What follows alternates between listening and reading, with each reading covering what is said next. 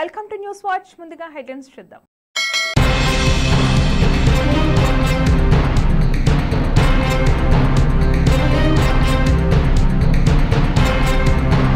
నియోజకవర్గంలోని జోన్ పరిధిలో బల్దియా commissioner Ilambarthi, HMDA commissioner Sarfaraz Ahmed, traffic CP Joyce David, project CE Bhaskar Reddy, zonal commissioner Upender రెడ్డితో కలిసి ప్రాజెక్టు విభాగంతో పాటు ఇతర విభాగాల అధికారులతో కలిసి మంగళవారం పర్యటించారు.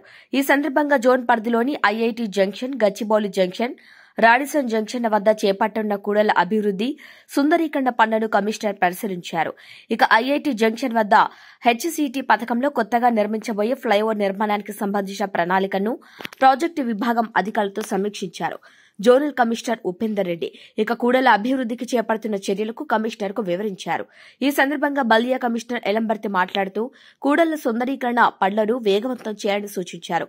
పెరుగుతున్న ట్రాఫిక్ కు అనుగుణంగా కూడళ్లను అభివృద్ది పరిచి వాహనాలు సులువుగా ముందుకు సాగేలా పటిష్ట చర్యలు చేపట్టాలని ఆదేశించారు. వాహనదారులకు ఎటువంటి అసౌకర్యం కలగని రీతిలో పనులను త్వరితగతిన పూర్తి చేయాలని కమిషనర్ స్పష్టం చేశారు. ఐఐటి జంక్షన్ లో చేపట్టిన ఫ్లైఓవర్, అండర్ పాస్ నిర్మాణంలకై ఆస్తుల సేకరణ, ట్రాఫిక్ ఇతర అంశాలను ప్రాజెక్టు అధికారులను అడిగి తెలుసుకున్నారు. ఐటీ పరిశ్రమలు అధికంగా ఉన్న షర్లింగంపల్లి జోన్లో రహదారుల విస్తరణ, కూడళ్ల సుందరీకరణ మరింత సౌకర్యాన్ని కలిగించేలా చూడాలని అధికారులను కమిషనర్ ఇలంబర్తి ఆదేశించారు. ఈ కార్యక్రమంలో పలు విభాగాలకు చెందిన అధికారులు, సిబ్బంది తదితరులు పాల్గొన్నారు.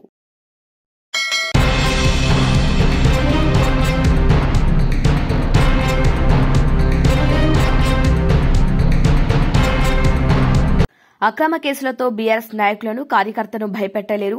ఎమ్మెల్సీ మరియు ఖమ్మం జిల్లా బీఆర్ఎస్ పార్టీ అధ్యక్షులు తాత మధుసూదన్ నాయకులు లక్కినేని సురేందర్ ను ఖమ్మం సబ్ జైలు పరామర్శించారు.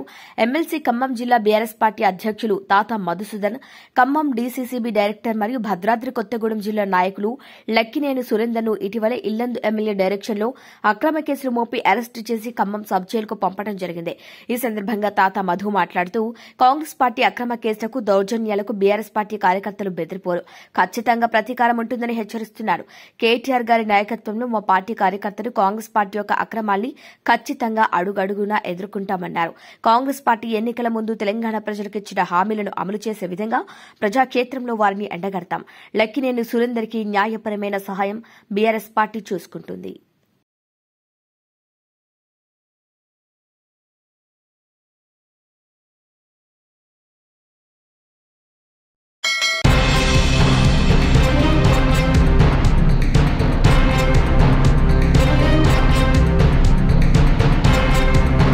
ఆందోళన సమగ్ర శిక్ష ఉద్యోగుల విత్తనాలు వెంటనే చెల్లించాలి. సమగ్ర శిక్షణలో పనిచేస్తున్న ఒప్పందం ఉద్యోగుల 2 నెలల విత్తనాలు వెంటనే చెల్లించాలని ఆ సంఘం జిల్లా అధ్యక్షుడు దత్తు మంగళవారం ఓ ప్రకటన డిమాండ్ చేశారు. 2 నెలల నుంచి ప్రభుత్వం వేతనాలు చెల్లించకపోవడంతో తీవ్ర ఇబ్బంది పడుతున్నామని పేర్కొన్నారు.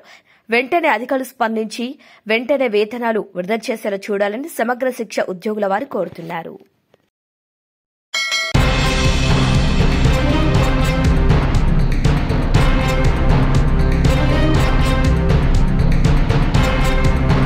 షర్లింగపల్లి నియోజకవర్గంలోని మియాపూర్ మదీనాగూడ పరిధిలో గల సిద్ధార్థ న్యూరో హాస్పిటల్ 3 రోజుల మృతదేహానికి వైద్య చికిత్సలు చేసి లక్షలు గుంజిన మియాపూర్లోని సిద్ధార్థ్ న్యూరో హాస్పిటల్ ఆగడాలు ఒక్కొక్కటి వెలుగు చూస్తున్నాం. అయితే వైద్య చికిత్స కోసం ఆసుపత్రిలో చేరితే శవానికి మానవత్వాన్ని మరిచి 13 లక్షలు గుంజుకున్నారన్న వార్త ప్రసార మాధ్యమాల ద్వారా దావనంలా రాష్ట్ర వ్యాప్తంగా పోగిపోవడంతో తేరుకున్న రాష్ట్ర వైద్య ఆరోగ్య శిశు సంక్షేమ శాఖ ఘటనను ప్రతిష్టాత్మకంగా తీసుకుని ముమ్మర దర్యాప్తుకు సమాయత్తమైంది. ఇందులో భాగంగా సోమవారం రంగారెడ్డి జిల్లా వైద్య ఆరోగ్య అధికారి వెంకటేశ్వర్లు, శిశు సంక్షేమ శాఖ అధికారులు సిద్ధార్థ న్యూరో హాస్పిటల్ చేరుకుని మృతురాలు సుహాసినికి సంబంధించిన కేసు వివరాలు అడిగి తెలుసుకున్నారు. ఈ సందర్భంగా ఆమె ఏ రోజు వైద్య చికిత్స కోసం ఆసుపత్రిలో చేరింది, ఎలాంటి చికిత్సలు అందించారు, ఏ విభాగానికి ఎంతెంత సొమ్మును ఛార్జ్ చేశారు అనే విషయాలకు సంబంధించి వైద్యులను ప్రశ్నించడంతో పాటు ఆమె కేసు షీట్ను కలెక్ట్ చేసుకున్న వైద్య ఆరోగ్య అధికారి వెంకటేశ్వర్లు స్పష్టమైన ఆధారాన్ని కోరినట్టు తెలిసింది.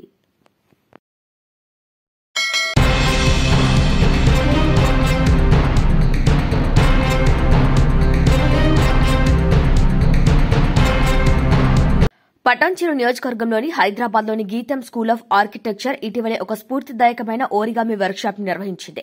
ఇది తొలి ఏడాది విద్యార్థులకు కాగితం మడత పెట్టే క్లిష్టమైన కళ, దాని నిర్మాణ అనువర్తనాలను పరిచయం చేయడానికి రూపొందించారు. గణిత శాస్త్ర అసోసియేట్ ప్రొఫెసర్, భారతదేశ ఏకైక పేపర్ ఇంజనీర్ అరుణ్ దేశాయ్ నేతృత్వంలో జరిగిన ఈ వర్క్షాప్ విద్యార్థుల సృజనాత్మకతకు, సాంస్కృతిక వారసత్వం, సాంకేతిక నైపుణ్య అభివృద్దులపై లోతైన అవగాహనను కల్పించింది.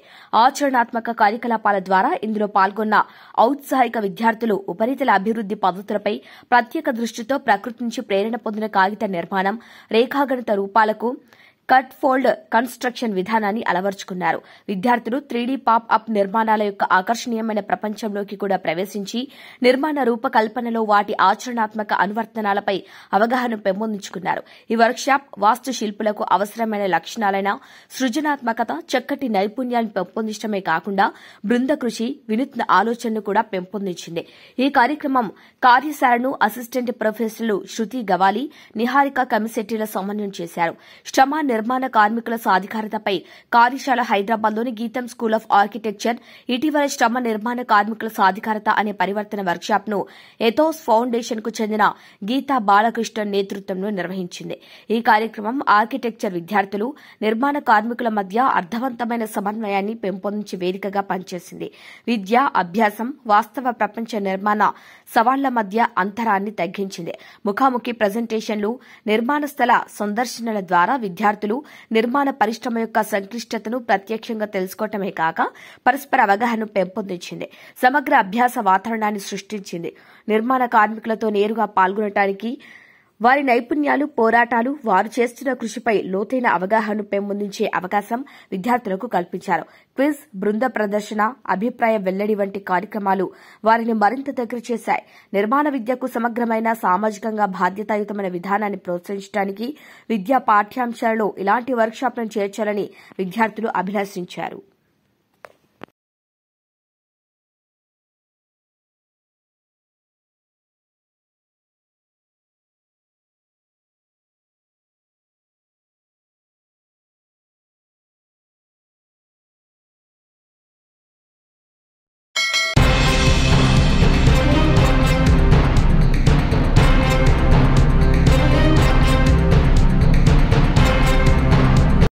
గ్రామ పంచాయతీ ఎన్నికల నిర్వహణకు ఖమ్మం జిల్లా యంత్రాంగం సంసిద్దంగా ఉన్నామని, జిల్లాలో జరిగే గ్రామ పంచాయతీ ఎన్నికల నిర్వహణకు పోలింగ్ సిబ్బంది మొదటి దశ ర్యాండమైజేషన్ ప్రక్రియ పూర్తి చేసినట్టు జిల్లా కలెక్టర్ ముజ్మిల్ ఖాన్ తెలిపారు. మంగళవారం స్థానిక శ్రీ భక్త రామదాసు కళాక్షేత్రంలో జిల్లా కలెక్టర్ ముజ్మిల్ ఖాన్, అదనపు కలెక్టర్ డాక్టర్ పి శ్రీజయ్తో కలిసి ఆన్లైన్ ద్వారా పోలింగ్ సిబ్బంది మొదటి దశ ర్యాండమైజేషన్ ప్రక్రియ నిర్వహించారు.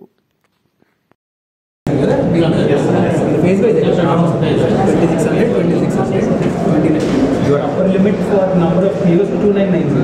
Phase 1 లో వాళ్ళే, phase 2 లో వాళ్ళే.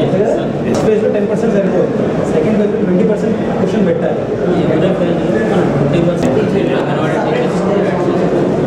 Anganwadi teachers are not outside. So this is మన జెండర్ is నేను ఉన్నది. మనకి ఏమవుతుందంటే దీంట్లో చూడాలి retirement in 20 days, pregnant ladies, అవన్నీ మనం ఫ్యూ హండ్రెడ్స్ ఉంటాయి. 500 మెంబర్స్ కావాలి ఇంకా.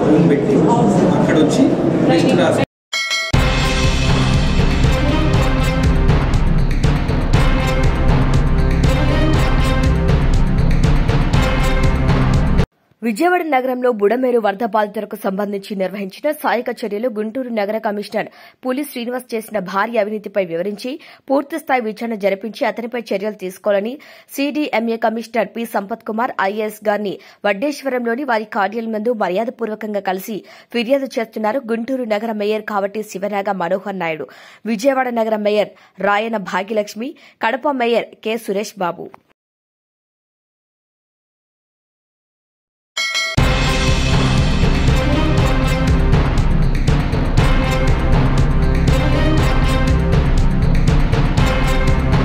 ప్రకాష్ నగర్ మున్నేరు హైలెవెల్ బ్రిడ్జిపై రాకపోకల పునరుద్దరణ. గత సెప్టెంబర్ 1న మున్నేరు వరద ఉధృతికి దెబ్బతిన్న హైలెవెల్ బ్రిడ్జ్ స్పాన్స్ పక్కకు జరగడంతో నిలిచిన రాకపోకలు మరమ్మతులు పూర్తయిన బ్రిడ్జిను పరిశీలించారు మంత్రి తుమ్మల.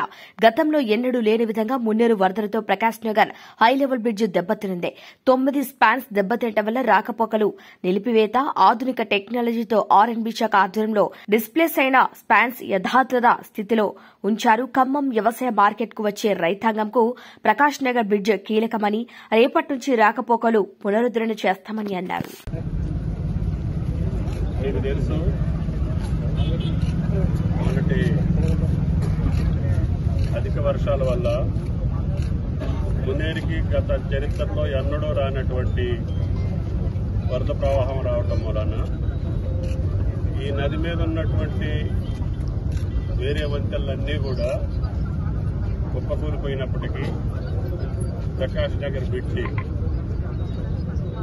ఆ వరద తాకిడికి ఉన్నటువంటి కొన్ని 9 స్పాన్లు ఉన్న పొజిషన్ నుంచి పక్కకి జరగడం జరిగింది. దాన్ని గమనించినటువంటి అధికారులు వెంటనే దీనికి ప్రత్యామ్నాయంగా కింద నుంచి కాజ్వేని ఏర్పాటు చేసి వెంటనే రాకపోకలకు అంతరాయం లేకుండా చేయడం జరిగింది. ఈ స్టాండ్ మళ్లీ యథాతథంగా కూర్చోబెట్టడానికి కొత్త టెక్నాలజీ తోటి అధికార యంత్రాంగం ఆర్ఎండ్బీ శాఖ ప్రయత్నం చేసి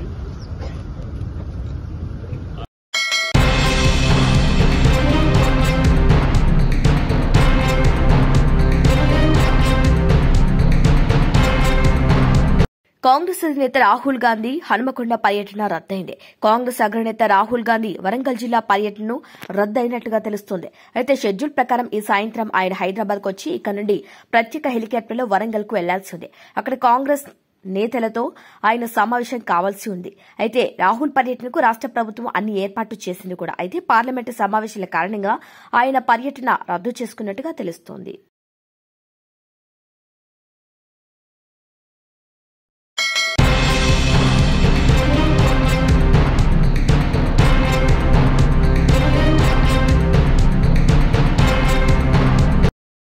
రంగారెడ్డి హైదరాబాద్ కామినేని ఆసుపత్రిలో హౌస్ సర్జన్ గా పనిచేస్తున్న భూమిక తన స్నేహితుడు యశ్వంత్ తో కలిసి ఫంక్షన్ కి వెళ్లి తిరిగి వస్తుండగా ఘోర రోడ్డు ప్రమాదం జరిగింది. ఇక ఈ రోడ్డు ప్రమాదంలో వైద్యుడు యశ్వంత్ మృతి చెందగా తీవ్రంగా గాయపడి ఆసుపత్రి పాలైన వైద్యురాలు భూమిక ఆసుపత్రిలో చికిత్స పొందుతూ బ్రెయిన్ డెడ్ కాగా తన అవయవాలు దానం చేశారు తల్లిదండ్రులు. గుండె, లివర్, ఐస్, కిడ్నీస్ దానం చేశారు తల్లిదండ్రులు. ఇక శోకసంద్రంలో మునిగిపోయారు తల్లిదండ్రులు మరియు బంధువులు. ఇక అవయవ దానం చేసిన భూమిక మృతదేహానికి ఘనంగా నివాళులర్పించారు ఆసుపత్రి సిబ్బంది.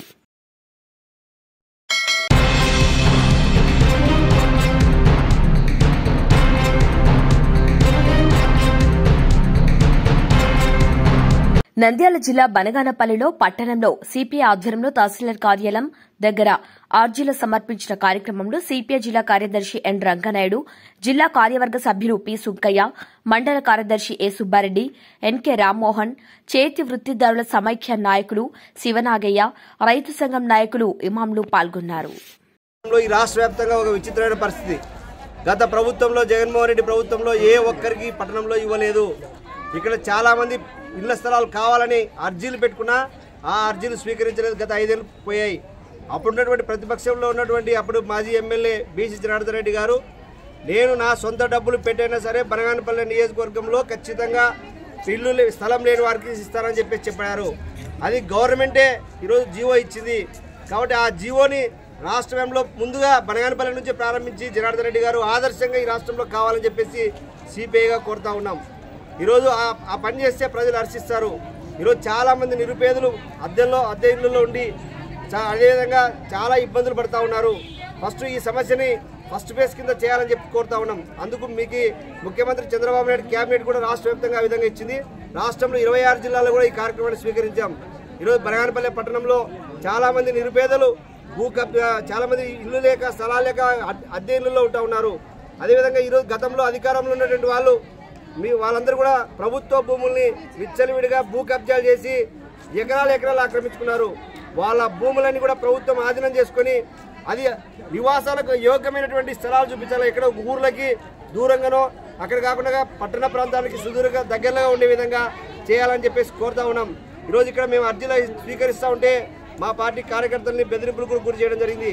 మేము ప్రభుత్వానికి వ్యతిరేకంగా కాదు, ప్రభుత్వం ఇచ్చినటువంటి ముఖ్యమంత్రి గారు ఇచ్చినటువంటి హామీని అమలు చేయమని అర్జీలు స్వీకరిస్తాం. స్వచ్ఛందంగా వాళ్ళ ఇళ్ల దగ్గర పోయి ఎవరైతే నిరుపేదలు ఉన్నారో ఆ నిరుపేదలకు అర్జీలు పెట్టిస్తా ఉన్నాం. ఈ బనగానపల్లి పట్టణంలో దాదాపు 600 నుంచి 700 మంది సమీకరించి సచివాలయాల్లో తహసీల్దార్ కార్యాలయం కూడా ఇవ్వడం జరిగింది. కాబట్టి మేము కూడా మీ అభివృద్ధికి సహకరిస్తాం. అభివృద్ధి అంటే ఖచ్చితంగా కూడు గూడు గుడ్డ ఈరోజు మీ ప్రభుత్వం చెప్పినటువంటిదే. కాబట్టి దాన్ని వెంటనే అమలు చేయాలని చెప్పేసి ఈరోజు కోరుతా ఉన్నాం.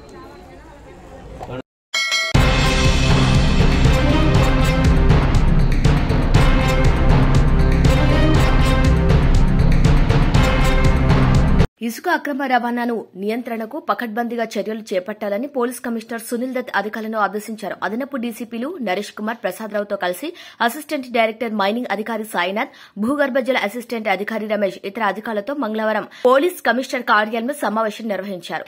జిల్లాలో ఇసుక అక్రమ రవాణాను పూర్తిస్థాయిలో నిర్వహించేలా పకడ్బందీ చర్యలు చేపట్టాలని ఆదేశించారు. ప్రభుత్వ నిబంధన మేరకు నిర్దేశించిన ప్రాంతాల్లోనే రాయల్టీ రుసుము చెల్లించి ఇసుక తవ్వకాలు చేపట్టాలని తెలిపారు. జిల్లాలోని వాగులు, నది పరివాహక ఇసుక తవ్వకాల ప్రాంతాలు గుర్తించి నిఘా ఏర్పాటు చేయాలని సూచించారు. చెక్పోస్టుల ద్వారా ఇసుక అక్రమ రవాణాపై నిరంతర పర్యవేక్షణ ఉంచాలన్నారు. ఇసుక అక్రమంగా రవాణా చేసినా, నిల్వ ఉంచినా వెంటనే చట్ట ప్రకారం జరిమానాలు విధించడం, కేసులు నమోదు చేయడం, వాహనాలను జప్తు చేయాలన్నారు. అధికారులంతా ఇసుక అక్రమ రవాణాపై నిరంతరం నిఘా ఉంచాలని సూచించారు. ఇక మైనింగ్ అధికారులు, పోలీస్ శాఖ వారి సమన్వయంతో ఇసుక అక్రమ రవాణాను పూర్తిస్థాయిలో నిర్మించాలని ఆదేశించారు.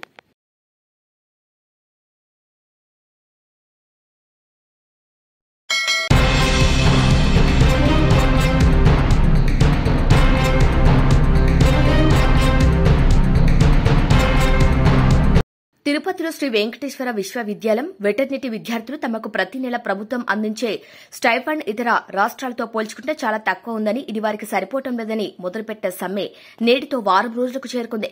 ఆంధ్రప్రదేశ్ రాష్ట ఆరోగ్య శాఖ మంత్రికి ఇదివరకే దరఖాస్తు అందజేశామని, ఈ సమస్యపై ఆంధ్రప్రదేశ్ రాష్ట మంత్రి శాఖ తమకు అనుకూలంగా నిర్ణయం తీసుకోవాలని, ఆ సమ్మె యొక్క సమస్యలు తెలుసుకుని ముందుకు తీసుకెళ్లడానికి విద్యార్థులను కలిసి వారి ఆర్జీని పైకి తీసుకువెళ్లే దారిలో తన సాయం తాను చేస్తానని నూతనంగా ఎన్నికైన తిరుపతి జిల్లా బీజేపీ పార్టీ అధ్యక్షుడు సామంచి శ్రీనివాసులు తెలిపారు.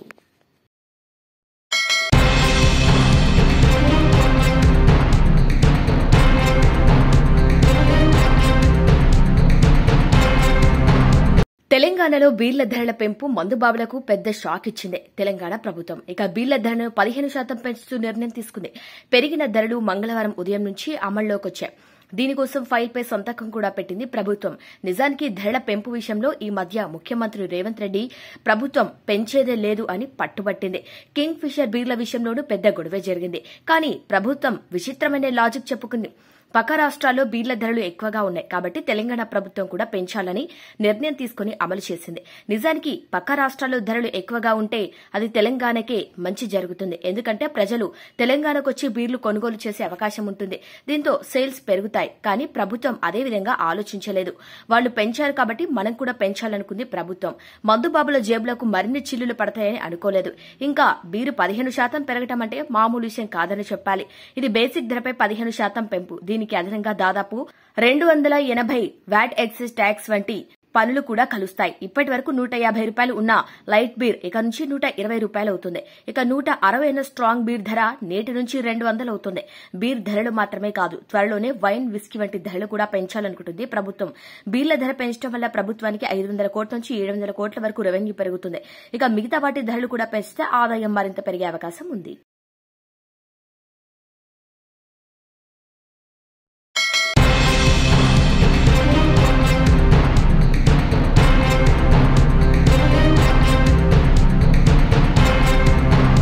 ముఖ్యమంత్రి రేవంత్ రెడ్డితో మందకృష్ణ మాదిగ భేటీ అయ్యారు. రాజకీయ ప్రయోజనాలకు అతీతంగా మేలు చేస్తానని సీఎం చెప్పారన్నారు మందకృష్ణ. ఇక ఎస్సీ వర్గీకరణ కోసం 3 దశాబ్దాలుగా పోరాటం కొనసాగుతుందని వ్యాఖ్యానించారు. తెలంగాణ ముఖ్యమంత్రి రేవంత్ రెడ్డి వివిధ సందర్భాల్లో ఎంఆర్పీఎస్ కు అండగా నిలిచారని ఎంఆర్పీఎస్ వ్యవస్థాపక అధ్యకుడు మందకృష్ణ మాదిగ అన్నారు. ముఖ్యమంత్రికి ఒక సోదరుడిలాగా తాను అండగా ఉంటారన్నారు. రాజకీయ ప్రయోజనాలకు అతీతంగా మేలు చేస్తానని ముఖ్యమంత్రి హామీ ఇచ్చారని ఆయన తెలిపారు. ఎస్సీ వర్గీకరణలో ముఖ్యమంత్రి భాగస్వాములు అయ్యారన్నారు. సుప్రీంకోర్టు తీర్పు వచ్చిన వెంటనే వర్గీకరణకు అనుకూలంగా తీర్మానం చేశారన్నారు. ఇక మంగళవారం నాడు ముఖ్యమంత్రి రేవంత్ రెడ్డితో ఆయన సమావేశమయ్యారు. ఈ సమావేశంలో మంత్రి పొంగులేటి శ్రీనివాసరెడ్డి, కేశవరావు, వేం నరేందర్ రెడ్డి, సంపత్ కుమార్, మాదిగ ఉపకులాల ప్రతినిధులు పాల్గొన్నారు. జస్టిస్ షమీం అఖ్తర్ నివేదిక సిఫార్సులపై, ఎస్సీ వర్గీకరణ, రిజర్వేషన్ అంశంపై చర్చించారు. అనంతరం మందకృష్ణ మాదిగ మీడియాతో మాట్లాడుతూ ఎస్సీ వర్గీకరణ కోసం 3 దశాబ్దాలుగా తమ పోరాటం కొనసాగుతోందన్నారు. ఎస్సీ వర్గీకరణకు అనుకూలంగా అసెంబ్లీలో తీర్మానం చేసినందుకు రేవంత్ రెడ్డి ప్రభుత్వానికి ఆయన కృతజ్ఞతలు తెలిపారు. మాదిగలకు న్యాయం చేశారు. జస్టిస్ షమీం అఖ్తర్ నివేదికలను ఆలస్యం చేయకుండా ఆమోదించారని ఆయన అన్నారు. రిజర్వేషన్ శాతం విషయంలో మాత్రం కొన్ని లోపాలున్నాయని పేర్కొన్నారు. కులాల మార్పు చేర్పులపై, లోటుపాట్లపై వినతి పత్రం అందించినట్లు మందకృష్ణ మాదిగ తెలిపారు. అయితే తాము మొదటి నుండి ఏబీసీడీ వర్గీకరణ కోసమే పోరాటం చేస్తున్నామని ఆయన అన్నారు. ఎస్సీ వర్గీకరణకు 4 గ్రూపులుగా చేయాలని కోరినట్లు చెప్పారు. ఉమ్మడి ఆంధ్రప్రదేశ్లో బి గ్రూప్లో ఉన్న వర్గాన్ని మొదటి గ్రూపులో చేర్చాలని గుర్తు చేశారు. ఎస్సీ వర్గీకరణలో లోటుపాట్లను ముఖ్యమంత్రి సరిదిద్దుతారని ఆశాభావం వ్యక్తం చేశారు.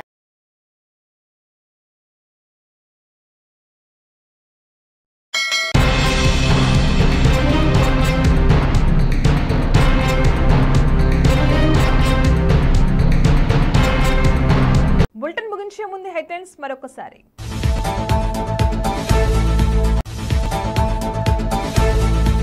షెల్లింగంపల్లి జోన్లో బల్దియా కమిషనర్ ఇలంబర్తి పర్యటన. సృజనాత్మకతను రేకెత్తించిన ఓరిగామి వర్క్ షాప్.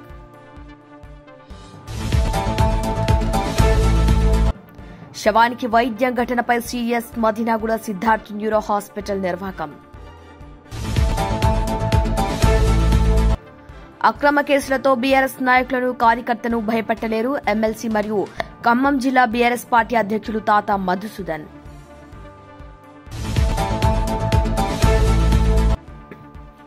తెలంగాణ ప్రభుత్వం బీర్ల ధరను 15% పెంచుతూ మందుబాబులకు పెద్ద షాక్ ఇచ్చింది.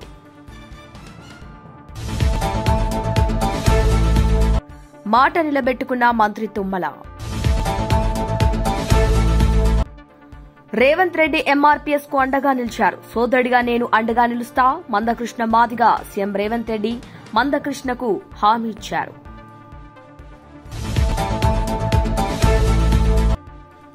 కాంగ్రెస్ అధినేత రాహుల్ గాంధీ హనుమకొండ పర్యటన రద్దు.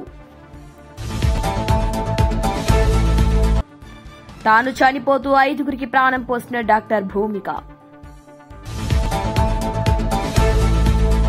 ఇసుక అక్రమ రవాణా నియంత్రణకు కఠిన చర్యలు.